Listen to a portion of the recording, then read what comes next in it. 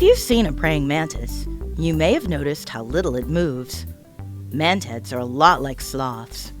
Because they are slow and easy to keep track of, mantids are often used in biological studies. Researchers have studied the relationship between the distance a mantid will move to seek food and the amount of food already in the mantid's stomach. We measure the amount of food already in the mantid's stomach in centigrams and the distance a mantid will travel for food in millimeters. We call the amount of food in the mantid's stomach the degree of satiation, represented by S. This measures the mantid's level of satiation or satisfaction. As the amount of food in the mantid's stomach decreases, the degree of satiation also decreases, and the mantid will travel longer distances to get food.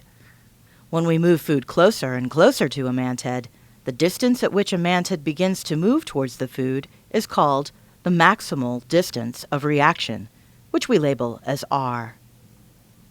As the amount of food in the mantid's stomach increases, its degree of satiation also increases, and the maximal distance of reaction decreases.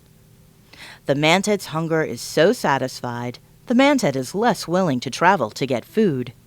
At some point, the mantid's degree of satiation is so great, the mantid will not move towards the food no matter how close the food is placed to it. This is when the mantid has reached what scientists refer to as the hunger threshold.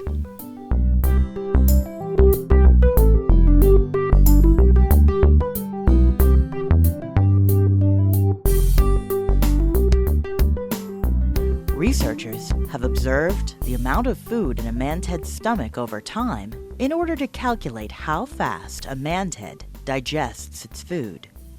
They measure the amount of food in a mantid's stomach in centigrams and label it as S, which stands for the degree of satiation. Scientists measure the time that passes in hours and label it T.